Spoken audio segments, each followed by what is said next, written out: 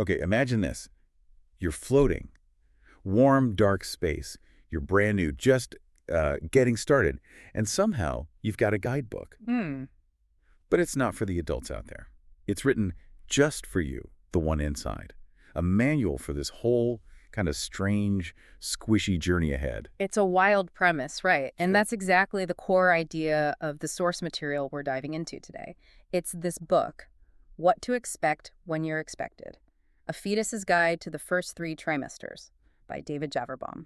Yeah, and that's what makes this source so unique. It takes pregnancy, something we all sort of recognize, and just flips the script entirely.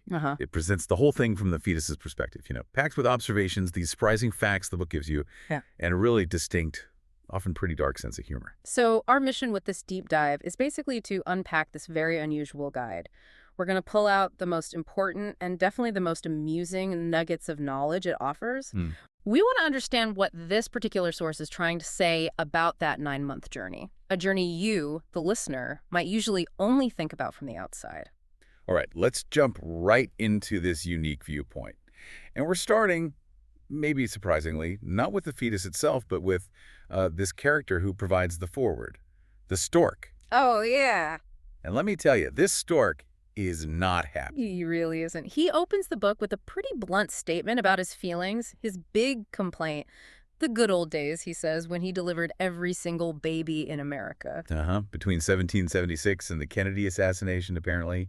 That was his turf. Yeah, none of the sexual reproduction stuff. He talks about carrying them in slings, dropping them down chimneys. Leaving them on doorsteps for cash. Exactly. He has just total disdain for modern procreation through sex. Calls it common practice now, but insists it was not how Homo sapiens typically did it. He even says it isn't fit to be performed in front of a squirrel. Right. And he blames books like this one on the too much information age. He feels kids now know every excruciating detail, like why babies, quote, gush shit every hour like uncapped fire hydrants. Charming. His whole role is apparently undermined by, modern transparency. It's hilarious how bitter he sounds. Barely delivers babies anymore, maybe a few down south, it's... Right. But big cities, forget it. Hasn't done a delivery in New York City since 1975. Right. It's this wonderfully grumpy, almost tragic comic exit for a mythological figure. It really sets the tone for the book, taking something familiar and giving it that cynical, funny twist. Okay, so moving past the disgruntled stork, the book takes us right to the very beginning of your journey, starting with you as a zygote. And the book immediately gets, well, philosophical then, very specific. Describes this initial state as the end result of both 4 billion years of evolution and 3 minutes of rubbing. Huh, yeah. It contrasts these huge, unfathomable cosmic questions of existence with the extremely immediate causes. That's classic Javerbaum, mixing the profound with the absurd. Totally. And it frames the whole process that gets you here as the talk. It describes the ovum's journey from the ovary, which it calls the women's prison, known as her ovary. A women's prison, okay. And its usual fate. But this particular ovum had a date with milky sausagefest, also known as semen. The sperm's journey is equally bizarrely described. Navigating protective layers the book calls the corona radiata, the zona pellucida, and the moat. The moat. And the conversation when it arrives. Right. The sperm says, soup. The egg replies, soup. Then this awkward pause. And the sperm asks during penetration, does this feel good? And the egg just says, does what feel good? Yeah. It's like cringe comedy at the molecular level. It really is. And the very genesis is called heaping dollops of human ejaculate, linked back to the primeval soup of life. Right. The book has this running joke that the more complex the species, the ickier its creation. And you, being Earth's highest life form, are apparently born covered in gunk, looking like Gollum in chowder. Gollum in chowder. Lovely. Definitely not the cherubic image people often have. The book quickly moves on to the idea of intent were you planned or an accident. Yeah, and it lists the standard medical methods, IVF, insemination, stuff like that. But then it just goes completely off the rails with a long list of joke methods. Oh, this list is great. Things like vagitherapy, cervical spelunking, turkey-based hysterectomy, Wiccan acupuncture, oyster enemas, sperm bidets, Sibian colonics. And my favorite, epatoscomancy, which is divination by reading sacrificed animal entrails. Of course, plus just stealing a baby from a hospital. Not super efficient. What stands out here, though, beyond the jokes, is the book's point that whether you were an accident has no bearing whatsoever on your intrinsic worth. Right, that's important. It just perhaps cynically notes that it greatly reduces the chances that you'll get to be one. It's a dark take, but fits the book's overall tone. Absolutely. From intent, it goes right to the fundamental building blocks. Yeah. DNA. The book humorously insists DNA stands for do not alter, stamping it on your soul. Do not alter. Got it. Yeah. And its description of the chemical makeup. It lists the complex terms, then follows it with awesome apple, chillin' cherry, groovalicious grape, and thrillin' thymine. That's perfect, taking real science and immediately making it ridiculous. It also notes genes are an even split, half from each parent, adding parenthetically, just as you will after their prolonged custody battle a few years down the road. Dark humor strike two. These genes get organized into chromosomes, needing exactly 46. And it warns if you're missing 12, you'll need the porcupine book, whatever that means. This naturally leads the book to tackle the age-old nature versus nurture debate.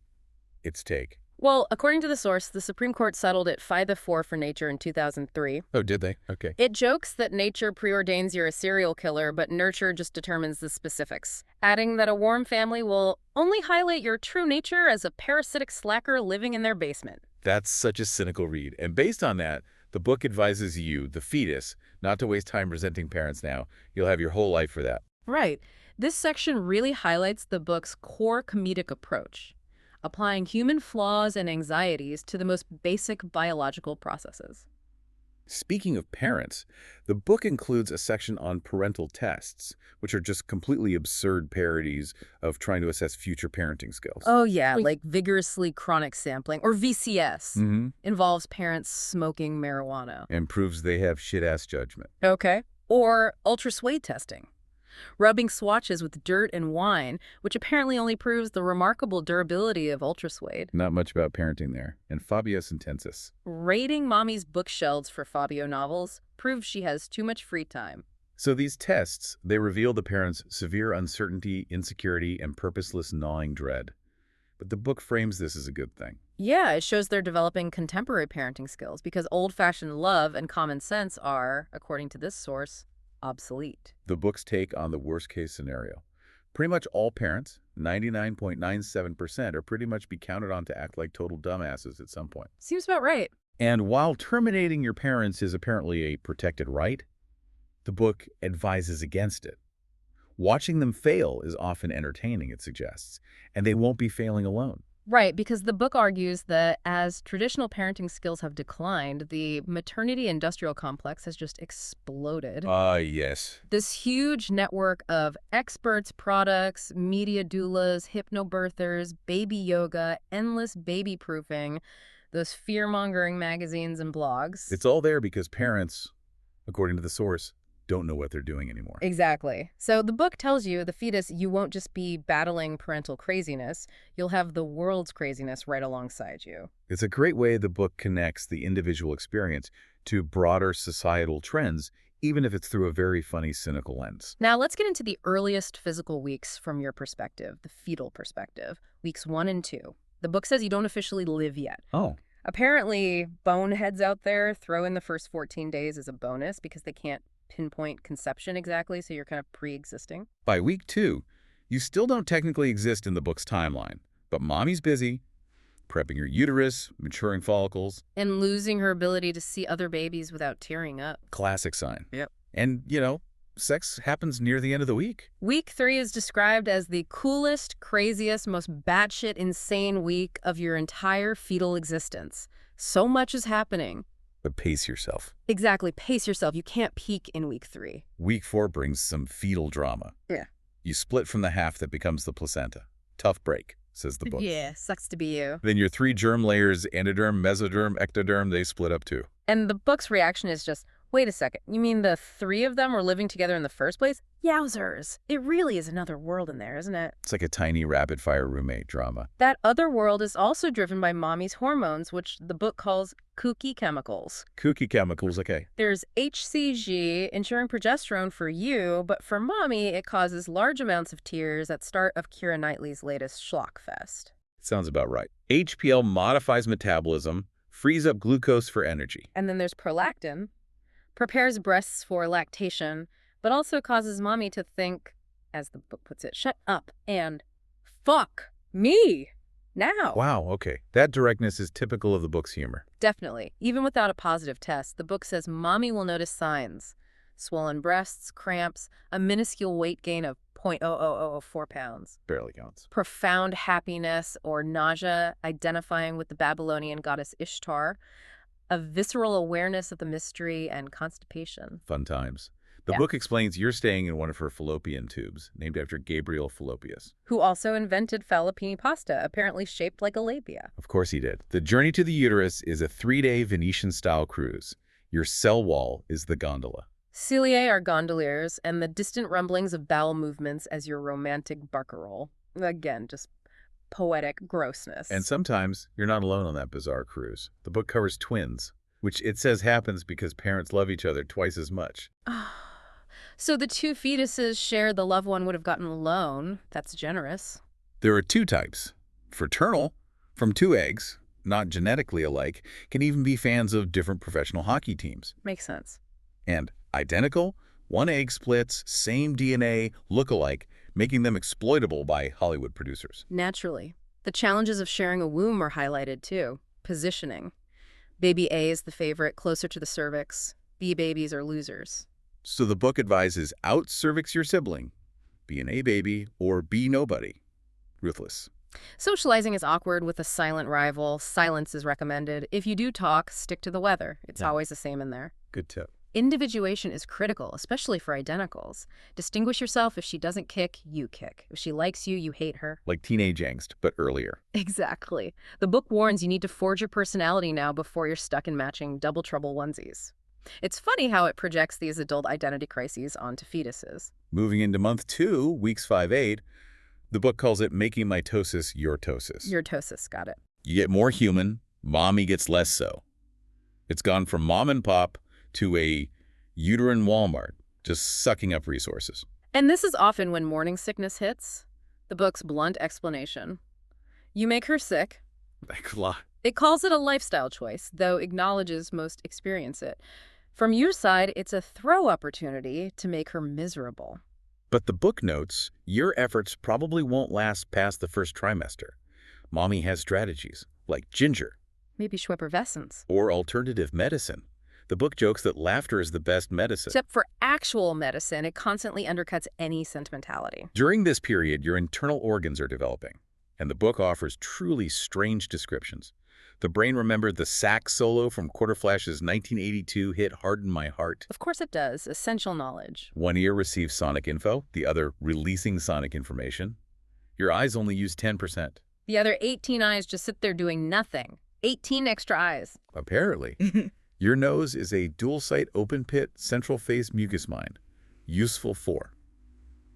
Well, the book says Jew distinguishing. Okay, yeah. A moment where the book's humor gets pretty edgy. It's definitely the author pushing boundaries there. Yeah, the book doesn't shy away from controversial jokes. The mouth is the north end of the stinkin' tunnel. The 9-time winner of the Most Valuable Orifice Award, second only to the anus, which has 11 wins. Good to know the rankings. Your skeleton corrects your posture. Your heart is red, pulsing, but surprisingly not all that heart-shaped, and capable of being broken.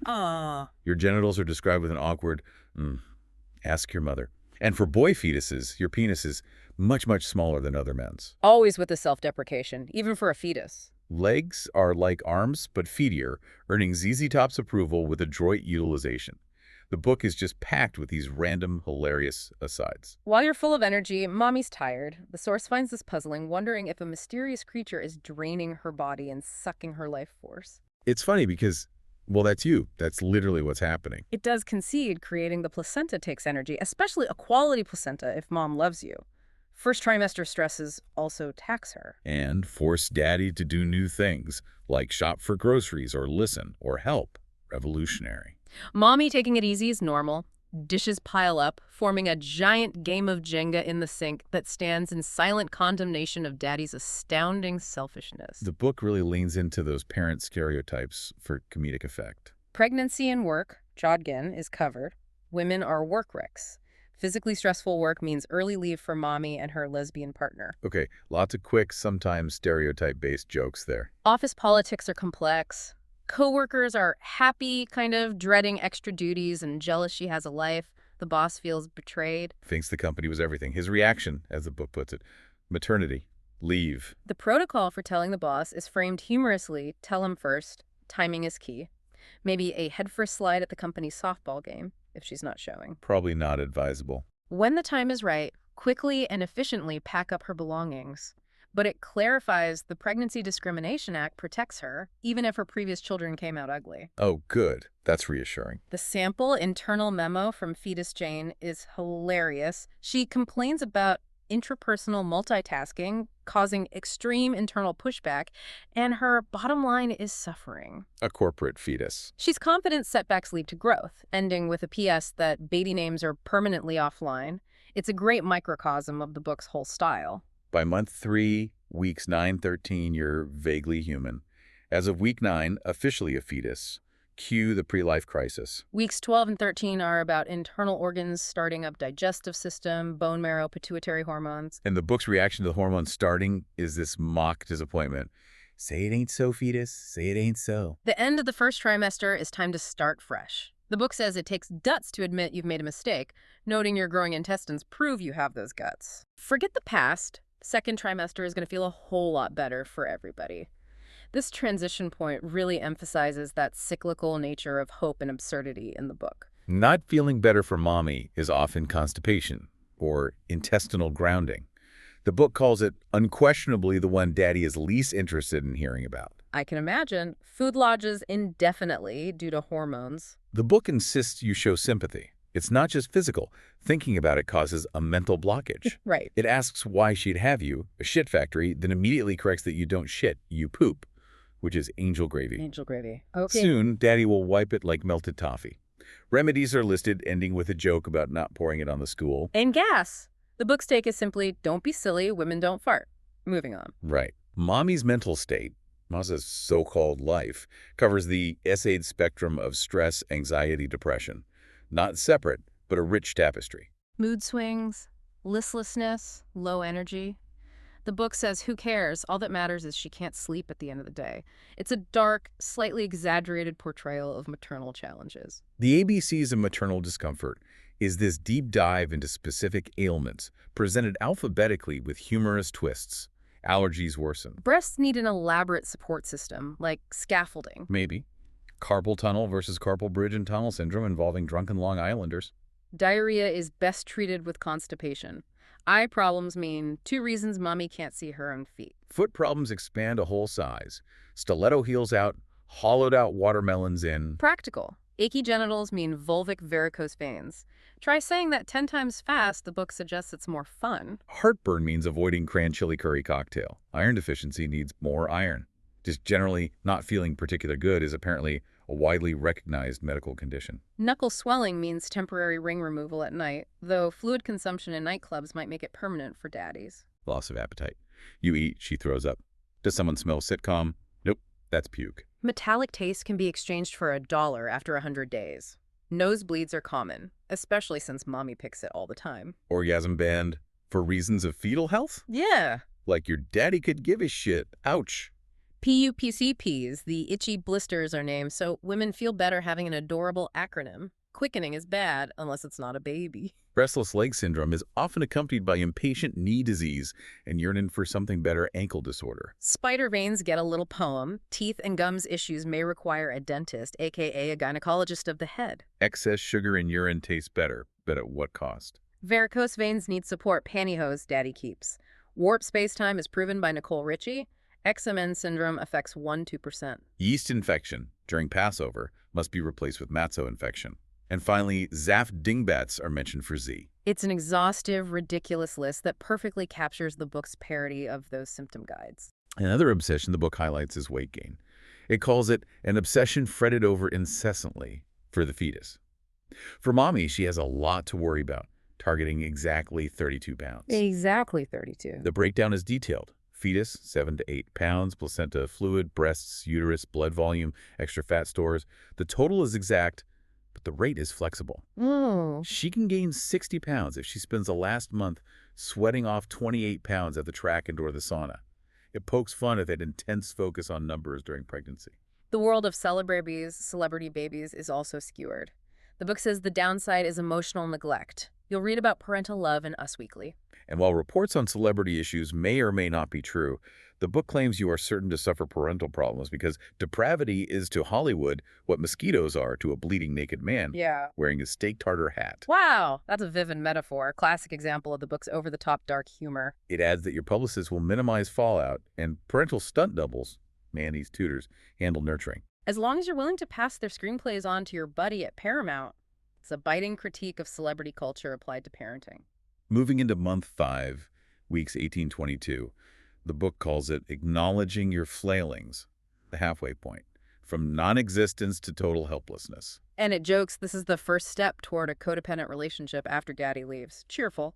This helplessness is acknowledged by punching, kicking, acting like a drunk Mel Gibson until mommy realizes that's not the chimichanga, it's the baby. That's quickening, named after software, apparently. So the book says, week 18 brings yawning, womb boring, and hiccuping, dry heaving a metronome. Hiccups cured by shock, like soon be emerging from your mother's post-leucorrheic vagina.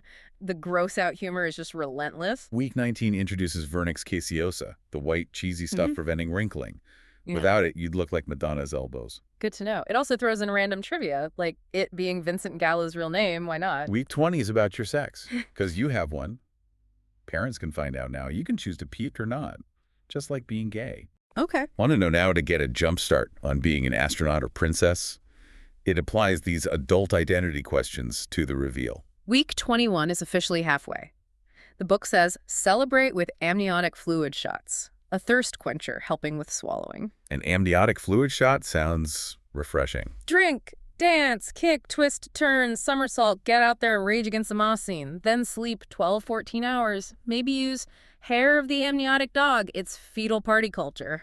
The book includes a funny bit about fetal kung fu workouts, whacking womb walls with foot, then sleeping, then whacking with elbow, wax on, wax off. Like Mr. Miyagi in utero. It throws in a joke about an instructor delivering a baby with a chopstick, saying a man who delivered baby with chopstick can accomplish anything. Meanwhile, mommy is big as sumo. Prenatal music is discussed. The book finds it sounds stupid. Research shows little effect. One study found babies exposed to Tchaikovsky's 1812 overture didn't show much success defending Russia later. Good to know it's ineffective. Downsides include disrupted sleep and feeling put on hold.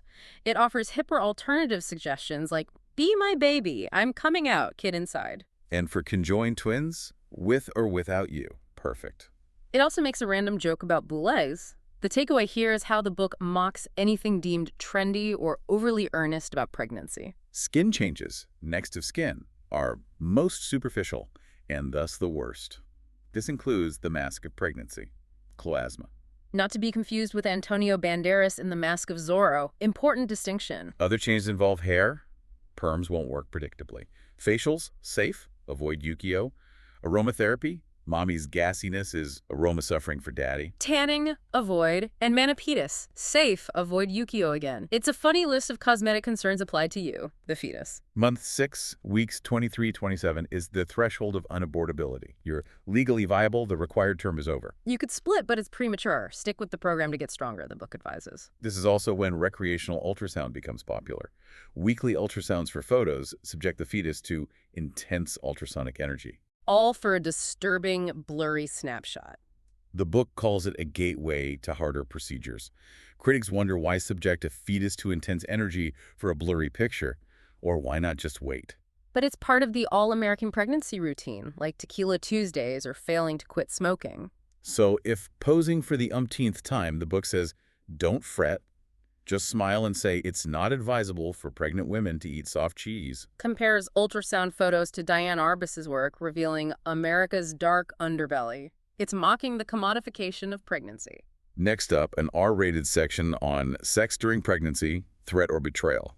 The fetus wonders why daddy keeps re-inseminating. Is he having second thoughts? Nip, just rubbing their genitals inches from your head. Myths addressed include the fetus watching, penis-placenta contact, or the force of mommy's orgasm will make the baby convulse in disgust. The book jokes it's a shame minds aren't filled with the joy of sharing a ménage à trois. A uterine liner note quotes a 6-month-old saying sex didn't damage her, but then asked for her teddy bear because I want to fuck it. Wow. Again, the book just pushes boundaries with this kind of dark, transgressive humor. From a health standpoint, sex is safe in low-risk pregnancies and extremely fun during high-risk marriages. Doctors may advise no orgasm, but the book notes 9 times out of 10, this has no impact whatsoever on sex with her husband. Ouch. Double ouch. Other intimacy options are listed humorously: kissing, sighing, pouting, sulking. The truth, according to the book, pregnancy turns sex into a prolonged exercise in not hurting each other. Favorite position? No. It's a very cynical take on intimacy during this time. Month 7, weeks 28-31 is third time's the charm. Still legally viable, could split, but still premature. Stick with the program. The book keeps reinforcing this idea that you should stay put, get stronger. Week 29, too bad you can't see mommy. Yowzers. Like a Hindenburg announcer, her belly button pops, doink. The book warns you not to make her self-conscious. She is getting bigger. Don't stare. Week 30, you start losing body hair. The book quips, if you think that's a bummer, wait till you see what happens to your hair come year 30. Ominous. Parents guess body parts a soft bag of plastic pellets is your hacky sack. You were hacky hoggin', bro. Don't bogart the foot bag, they might say. Week 31. Developing an immune system. Trying to avoid shots. Won't work. You can't produce polio vaccine yourself. The book says, don't cry, you total pussy. That's another example of the book's very blunt, deliberately offensive humor. Yeah, it even jokes about maybe not developing an immune system at all. Just wing it. Fetal dreams are 1,000 variations, apparently less bizarre than daddy's dream of breastfeeding his dead grandmother. Okay, that's specific. Examples include public nudity, flying, being chased, always 30 seconds behind you, for life. Gaining teeth, falling, and missing an exam, the APGAR test, but getting a perfect score by crying. Managing everything too much too soon is a concern. Screaming, sucking, puking, pissing, shitting, alienating the nanny, keeping parents up. You can't do it all. You're not super, baby. The book advises prioritizing. Damaging mommy's sanity, colic versus sleep. Looking adorable versus spitting up. You're too young to love both parents. Choose one and express love via sounds misinterpreted as typical baby stuff. It frames basic baby behaviors through this lens of strategic manipulation. A Sib story guest section is answered by Cain. Cain, as in Cain and Abel. The very same. He reports Abel's birth happened for no good reason. The Lord preferred Abel because he was the little baby with a cute personality. Cain always got typical bad treatment from the Lord, who let Abel get away with everything. It's a hilarious biblical take on sibling resentment. Zoos are non-medical companions there to assist mommy's fundamental right to a prolonged, agonizing childbirth. They don't do medical procedures. They cost $500, $1,500 and are for the very needy. You can find them at a Mount Holyoke kiosk, apparently. Again, mocking the trends in modern birth. Pregnancy and the internet, the World Wide Womb, is a parallel universe where every fact is true, false, and related to Katie Holmes. Sound like the internet, yeah. It's shifted from hearsay to online hearsay. The web hasn't changed birthing much. Failed eject, promised 4-day gestation. But it's successful for community. Fetal blogs, not wireless, sadly. Fallopian tube, pre-Facebook matchmaking playdates. The source shares some chat room abbreviations, parodying online forums. Month 8 allows 6 to 8 weeks for delivery. Weeks 32-35. The nesting instinct kicks in. Parents paint, plan the room, arrange furniture. And have naive, serious talks about budgets and sharing night feedings. Daddy says, I will relish that bonding time. The book notes, oh, if only they could stay that naive. Foreshadowing the sleep deprivation to come. Definitely. Week 32. You are a goddamn lazy ass, sleeping 90-95%. Your wrinkles disappear, skin not transparent, avoiding a slim good body vibe. Good. Avoid the unitard look. Week 33. Your favorite position is head down versus reverse cowboy, maybe. Breech is riskier, less picturesque. Mommy's highlight is your head emerging, a vagina that hasn't experienced a little head in a long, long time. More crude humor, just relentless. Week 34. Mom passes antibodies to you. The book says they fucking hate bodies. For gentlemen fetuses, tests touch down on Planet Scrotum. Welcome to Planet Scrotum, providing hours of endless entertainment and pain when struck. It applies male anxieties to fetal development. Week 35. Feeling cramped? 5 pounds of carne and a 3-pound empanada? 15% body fat, getting chubbier, brain developing rapidly. You're focusing on mind, not body. All right, Poindexter. The book warns about jocks and the tri-lam frat. Nair! It's projecting high school cliques into the womb. The C-section, you're cut out for this, is presented as an alternate delivery, historically for well-being, but today, maybe for a Karl Lagerfeld show invite. Its popularity is high, it's safe, quick, and can be pretty damn fun if mommy asks for something trippy. Prudent for bigger, older babies, appealing to others to avoid needing witch hazel on their assholes postpartum. The VBAC debate exists. With the book questioning why put the baby back in, it's a very pragmatic, slightly detached view of birth options. Baby showers, shower grapes, are named for what mommy wants afterward, to scrub off the bullshit. Women only, 0 men object. Guests verify vicious stories. Organized by Besley's creative friend. Food themes like, crap I wouldn't feed my cat. Games include cutting string to guess belly size, closest leaves. A tradition, throwing the placenta over her head. Whoever catches it, Purell's hands next. The expectation. You, the fetus, should quit crying, maybe smile for the hundreds of people. The book clearly finds these rituals completely absurd. Fighting, preventing myth marriage between parents is always the kid's fault, according to this source. Oh, great. Before, they had energy affection, except Melissa experimenting. After, your joy BT, an intruder, a wedge, a thief. Marriage goes from fun stage to unknown, fewer Pixies concerts, more exploded diaper disinfectant sessions. It paints a grimly funny picture of parenthood's impact on relationships. Month 9, weeks 36-40, paradise almost lost. You're almost there. The end is nigh. Breastfeeding, you will suck, is covered next. Mammals named for tits, breasts for erections and feeding. Natural milk can't be improved. Getting used to it seems foreign, but it's natural. Recognize breasts as twin spheroid, ventrally symmetrical, pseudoidiferous protuberances guys go nuts for. Very scientific description. Instincts. Rooting, sucking, and taunting. Taunting. Yeah, act just awkward and fussy enough to convince mommy she's doing it all wrong. It's flavor country. The book finds endless humor in the biology and the dynamics. Benefits listed. Easier digestion, loose-free feces, patchouli scent, less diaper rash, wallow in filth. Safe. Promotes Oedipal complex fetishizations. Self-explanatory. Okay. Cheap, free, no nipple tax. Gives daddy excuse to sleep. Sleep inequity, anger proves you make a difference. It becomes a political act. Public breastfeeding is covered. Lactivists demand respect. Maybe a parade float. You will be noticed. Contrast with European attitudes like Amsterdam's wet nurse district, the book takes a neutral, observational, but humorous stance on the social dynamics. Bottle feeding, almost like love, offers non-disadvantages. Longer satisfaction means less mommy time, which is for the best, says the book. More daddy time. Maybe he'll like you. It presents formula feeding as a less intense, perhaps more detached option. Week 39 is your penultimate week. The book reflects finding it unfair to your accomplishments, cell-splitting hilarity, heart-forming emotion. Look back fondly on your fetal ontogeny. Because when it came to your fetal ontogeny, you didn't want to miss a thing. Cue the fake Aerosmith montage. Week 40 is the last week. The source thanks you for letting them peek behind the scenes, revealing intimate details others would be too dignified to share. Thanks to Mommy, Daddy, Dr. Rosenblatt, and Dr. Nath after Dr. Rosenblatt was arrested. Wait, arrested? Apparently. Good night. It ends on this weirdly specific, dark joke.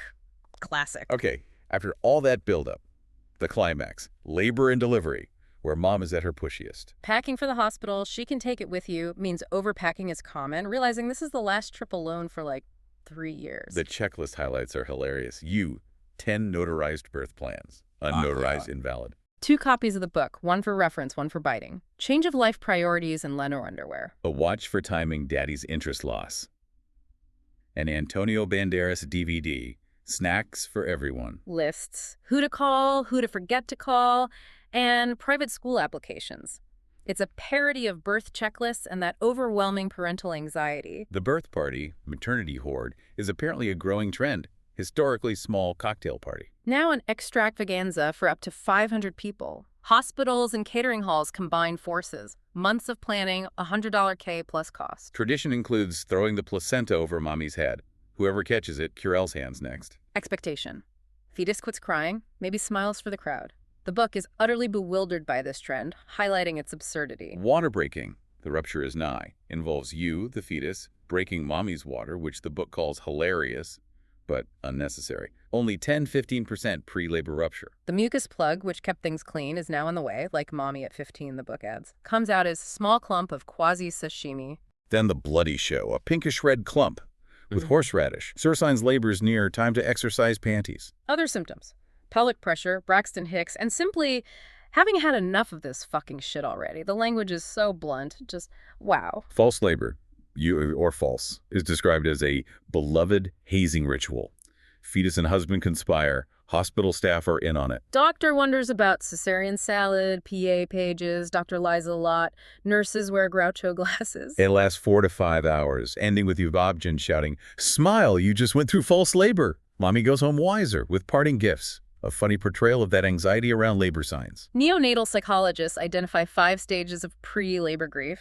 Denial, I'll just state here 50 years. Anger, blame Dr. Miller. Bargaining, just let me say long enough to get a tooth. Depression, let mommy's pelvic muscles carry me. And acceptance, it'll be okay, at least I'll get to pee in daddy's face. A classic stages of grief parody applied to a very specific situation. If the due date passed, come out whenever you are. The bad news is max 1 week before you live.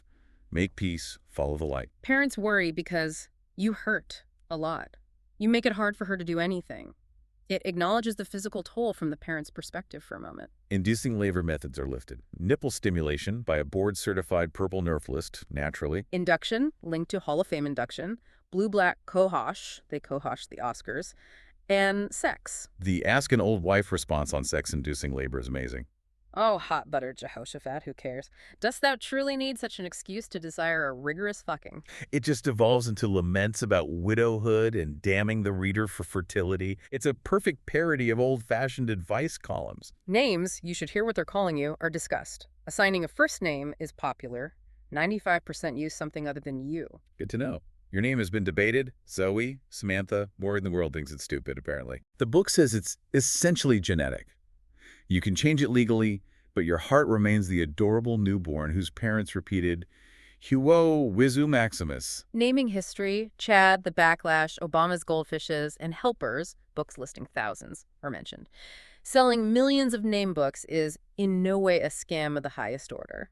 The book clearly thinks it's a scam. The birth section concludes with this brilliant concept, a panel discussion. The out-of-the-vagina monologues. Newborns look back on their births. Panelists are vaginal babies, Annie, Eric, Harold, and a C-section baby, Clark. They contrast contraction experiences. Annie felt like toothpaste being squeezed. Eric felt like the meat layer of lasagna. Harold felt like a snake pooping you whole. Eric notes pauses were sparier, like the Jaws music. Clark, the C-section baby, he felt not much. Highlights the different physical experiences through these bizarre analogies. Emotional pain was worse than physical, knowing you're no longer wanted, that you're being cast out. There's immediate conflict between Eric, C-boy, and Clark of Vag Local, leading to a crying match. The book projects adult social dynamics onto newborns. It's wild. First feeling upon emergence. Annie felt a draft, Harold a chilly scalp, Eric an ice cream headache. Clark had an ice cream headache all over your body. Annie was surprised by the whole reception committee. Like, who are all these people? They felt intruded on during cleanup. Purell dip, medically handled package. Crying was protest, the healthiest thing you can do. The cord cutting had no warning. A complete disconnect. Annie misses the cord. They're angry at the medical community. Meeting parents. Annie saw tired strangers. Eric saw relieved but scared people. Harold saw relieved strangers. All felt like medically handled packages. Final advice from the panel. Clark says, next time come out cesarean. Annie says, live every moment like it's your first. Eric, there's always a light at the end of the tunnel. Sometimes you're just facing the wrong way. Harold? He poops. Of course he does. It's a perfect, messy, funny conclusion to their birth stories. And just like that, you've made it. Months 10 through 1,000 are a time of transition. First up, the APGAR test. That pop quiz 1 minute after birth. Appearance, pulse, grimace, activity, respiration. Perfect score is 10. The postnatal period, childhood to death, is covered more fully by other professionals like Seuss, Phil, and Dre. Right, the big guns. The book bows out here, acknowledging its limited scope. The source states its mission is fulfilled. Questions answered, fears allayed. You are now a full-fledged ex utero human being, complete with belly button, SSN, and car seat. Welcome to the world. It reminds you to remember the parents. They followed your progress, eager to bask in success like talent agents. In some indirect way, they deserve pride. As you pursue your busy newborn schedule of sleeping, crying, defecating, etc., it would behoove you to take a few moments to remember the 2 big people who made it all possible. The book tells you to give them a shout-out. Seriously, shout out. You'd be doing it anyway. Hit that funny dark twist on expressing gratitude. Because the parents' work is just beginning. The past 9 months, just the prologue. Many years of parenting await. joy, sorrow, pride, guilt, etc., intermixing like a V8. And it won't always be easy for mom and dad to get that V8 down. It ends by putting the ball back in the parents' court. Wow. Okay, this deep dive into what to expect when you're expected has been quite a ride. Yeah, definitely. We've gone from a deeply bitter stork to, like, poetic descriptions of zygote travel through ridiculous parodies of medical guides and parenting anxieties. And finally, to that surprisingly insightful and hilarious newborn panel discussion. It really takes the typical, often sentimental or purely medical view of pregnancy and birth and just completely turns it on its head. Yeah, by presenting it from the fetus's perspective, packed with satire and that dark humor, the book forces you to think about it not just as something happening to the mother, Right. but as this deeply weird, active, and sometimes apparently traumatic experience for the individual inside. So what does this unique perspective leave you with? Given this imagined inside story, how might understanding the fetus's supposed experience change how you view those earliest stages of life, or even the experience of becoming a parent? And what other guides are we missing? What other seemingly passive participants in major life events might have their own unexpected, funny, or even disturbing stories to tell if only they had a voice? It definitely leaves you with some different things to think about, for sure. Absolutely. Well, thank you for joining us for this deep dive.